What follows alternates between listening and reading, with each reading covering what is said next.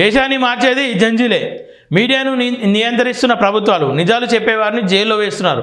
BRS working president KTR అని చెప్పేసి చూస్తూ ఉన్నాం.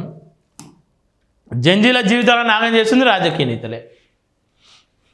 జంజీలే ఈ దేశాన్ని మార్చగలరు, కానీ వాళ్ళ జీవితాలను నాగం చేస్తుంది అయితే ప్రభుత్వాలు, పార్టీలు. చూద్దాం. దేశాన్ని మార్చే జంజీలేనని బీఆర్ఎస్ వర్కింగ్ ప్రెసిడెంట్ తారక రామారావు పేర్కొన్నారు. ఢిల్లీలో జరిగిన పోరాటం వాట్సాప్ అంకుల్స్ వర్సెస్ ఇన్స్టాగ్రామ్ పిల్లలకు మధ్య జరిగిందన్నారు. జంజీ పిల్లలు సిబిఐ ఈడీకి భయపడే రకం కాదన్నారు. హైదరాబాద్లోని సుందరయ్య విజ్ఞాన కేంద్రంలో రాజ్యాంగ ప్రజాస్వామ్యం పత్రికా స్వేచ్ఛ అనే అంశంపై శనివారం జరిగిన సెమినార్లో ఆయన పాల్గొన్నారు. ఈ సందర్భంగా కేటీఆర్ మాట్లాడుతూ నరేంద్ర మోడీ ఎవరితో పెట్టుకోకూడదో వాళ్ళతోనే పెట్టుకున్నారని, యువతరం కదం తొక్కితే ప్రభుత్వానికే కాదు మోడీ మీడియాకు బల్బులు ఎగిరిపోయాయని పేర్కొన్నారు. 2029 ఎన్నికల నాటికి దేశంలో 50% పైగా ఓటర్లు జంజీ యువతనేనని, దేశ తరాలను తలరాతను నిర్ణయించేది వారేనని పేర్కొన్నారు. మీడియా, రాజకీయాలు, పార్టీలు, ప్రభుత్వాలు కొత్త తరాన్ని అర్థం చేసుకొని మారుతున్న పరిస్థితులు అనుగుణంగా తమను తాము మార్చుకోవాల్సిన అవసరం ఉందన్నారు. ఢిల్లీలో ఇటీవల యువత చేపట్టిన ఆందోళన సాంప్రదాయ రాజకీయాలకు భిన్నంగా సాగాయని, కొత్త తరానికి దేశం, సమాజం పట్ల అపారమైన కమిట్మెంట్ ఉందని ఆ ఉద్యమం నిరూపించిందన్నారు.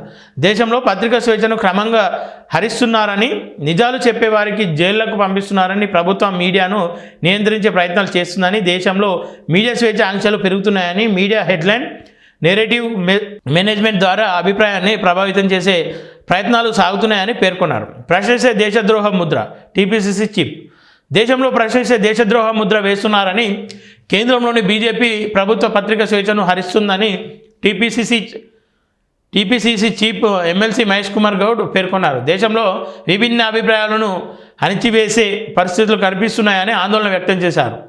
దేశ పౌరులు పత్రికా స్వేచ్ఛ గురించి ఆలోచించాలని పిలుపునిచ్చారు.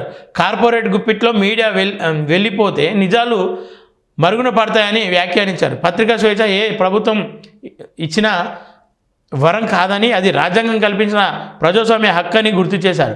విమర్శిస్తే దేశద్రోహ ముద్ర వేయడం, ప్రశ్నిస్తే శత్రువులాగా చూడటం, మీడియాపై ఒత్తిళ్లు తీసుకురావడం సమస్యని మంచిది కాదని, ప్రజాస్వామ్యానికి మంచిది కాదన్నారు. కమ్యూనిజానికి దేశంలో చావు లేదని, మరింత బలపడాలని ఆకాంక్షించారు. దేశంలో సోషల్ మీడియా వేగంగా విస్తరిస్తుందని, అదే సమయంలో తప్పుడు సమాచారం, ఫేక్ న్యూస్ వ్యాప్తి కాకుండా బాధ్యతమైన జర్నలిజం అవసరమన్నారు. సిపిఐ రాష్ట్ర కార్యదర్శి ఎమ్మెల్యే కూనంనేని సాంబశివరావు మాట్లాడుతూ జంజీల పోరాటం స్ఫూర్తిదాయకమన్నారు. వీళ్ళకు చెప్పే అర్హత లేదు. ఖమ్మంలో వెలుగుమట్ల కూలగొడతా ఉంటే సిపిఐ పోదు, సిపిఎం పోదు, ఎవరు పోరు. పైన మీడియాను అరెస్ట్ చేస్తారు. వీళ్ళకు ఎమ్మెల్సీ మహేష్ కుమార్ కావచ్చు, సిపిఐ వీళ్ళకి ఏమైనా అర్హత ఉందా మాట్లాడడానికి? వీళ్ళు మాట్లాడితే గొర్రెలాగా కింద కూర్చున్న వాళ్ళు ఇన్నుడు, సప్పట్టు కొట్టుడు. ఇది మన పరిస్థితి. వాళ్ళు ఇచ్చే డబ్బులకు, లేదంటే వాళ్ళు ఇచ్చే ఫండింగ్కు ఆశపడి కకృతి పడి కాలాన్ని మర్చిపోతూ ఉన్నారు, కళాన్ని మర్చిపోతూ ఉన్నారు, కథను మర్చిపోతూ ఉన్నారు, నిజాన్ని మర్చిపోతూ ఉన్నారు.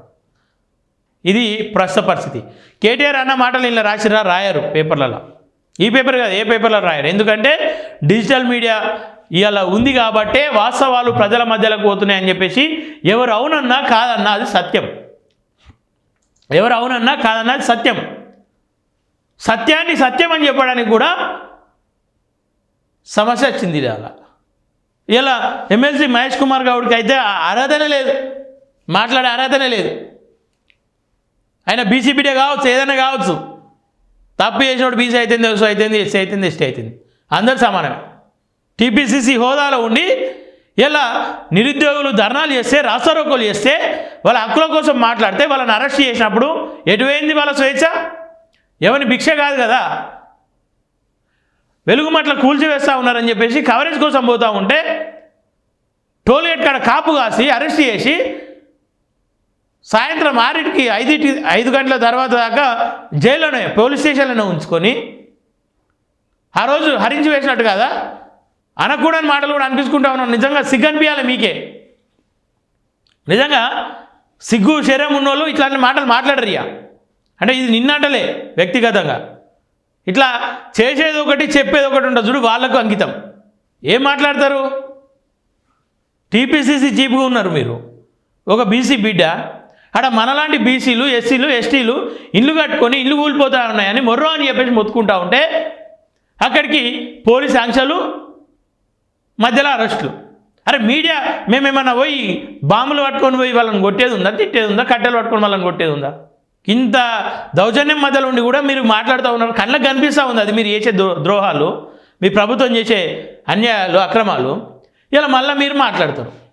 ఇక్కడ రైతులు మా భూములు పోతున్నాయి, మా భూములు ఏం ఫ్యూచర్ సిటీ అని చెప్పేసి మా ఫ్యూచర్ తీసేస్తారు అని చెప్పేసి అని ఆందోళన చేస్తే వాళ్ళని అరెస్ట్ చేస్తారు. రాయనికి పోయిన విలేకరులను మధ్యలో అడ్డుకుంటారు. స్వేచ్ఛ గురించి వీళ్ళు మాట్లాడతారు. ఎర్ర జెండా అనగానే గుర్తుకొచ్చేది ఏంది? అరే పేదల పక్షానే ఉంటుంది, నిరుపేదలకు అండగా ఉంటుంది, వాళ్ళ అండదండ మొత్తం ఆ జెండానే అని చెప్పేసి అనుకుంటారు. ఎటువంటి సిపిఐ సిపిఎం ఎట్లుండే, ఏడికొచ్చింది? ఎందుకంటే కడుపు నొప్పి తెలిసినోని చేతిలో ఆ జెండాలు ఉంటే, కడుపు నొప్పి తెలిసినోని చేతిలో ఏమంటారు అధికారము లేదంటే ఆ పదవులు ఉంటే వాళ్ళకి తెలిసి ఉంటుంది, అరే మా బిడ్డలు, మా తమ్ముళ్ళు, మా అన్నలు, మా చెల్లెళ్ళు ఇట్లా కష్టపడుతూ ఉన్నారని చెప్పేసి వాళ్ళకి తెలిసి ఉంటుంది. కాబట్టి వాళ్ళు మాట్లాడాలి, వాళ్ళు మాట్లాడతారు. మీకేం కడుపు నొప్పి? ఏసీలలో పుట్టి పెరిగిరు, ఏసీలలో తిరుగుతురు. ఎండల ఎండే బిడ్డల కోసం ఏసీలలో తిరిగి మీరు ఎందుకు మాట్లాడతారు? అర్హత లేని వాళ్ళు కూడా కొన్ని మాట్లాడితే కొన్నిసార్లు విడ్డూరం అనిపిస్తుంది, బాధ అనిపిస్తుంది, విడ్డూరం అనిపిస్తుంది, అన్నీ అనిపిస్తుంది. అరే మనోళ్ళు అని చెప్పేసి బీసీలకు పదవులు రావాలని చెప్పేసి కొట్లాడి పదవులు వచ్చినాక తీరా పోయి వాళ్ళ సంఘంలో తెచ్చినాక ఏం లాభం? బీసీ కత్తేంది, ఓసీ కత్తేంది, ఎస్సీ కత్తేంది, ఎస్టీ కత్తేంది. పని చేసే శాతం చేతిలో పదవి ఉంటేంది, ఉండకపోతేంది.